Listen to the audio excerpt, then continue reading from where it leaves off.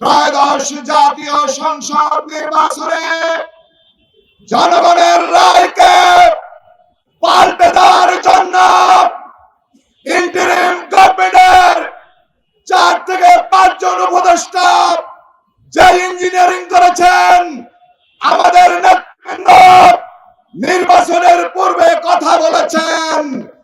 আজকে নির্বাচনের 3 সপ্তাহ পরে আমাদের নেতৃবৃন্দ যে অভিযোগ করেছেন নির্বাচনের আগে, তা জাতির কাছে তাদের ষড়যন্ত্র উন্মোচিত হয়েছে। আমরা বলে দিতে চাই, 18 কোটি মানুষের অধিকার, মানুষের ভোটাধিকার প্রতিষ্ঠার জন্য 24-এ যারা জীবন দিয়েছে, তাদের অধিকার প্রতিষ্ঠিত করতে হলে ভোটের ইঞ্জিনিয়ারিং এর সাথে যারা জড়িত তাদেরকে জিজ্ঞাসাবাদ করতে হবে।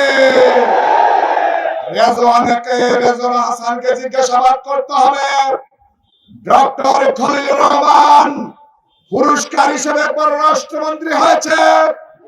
মাননীয় প্রধানমন্ত্রীকে বলবো, পররাষ্ট্রমন্ত্রীকে অপসারণ করে তাকেও জিজ্ঞাসাবাদ করতে হবে।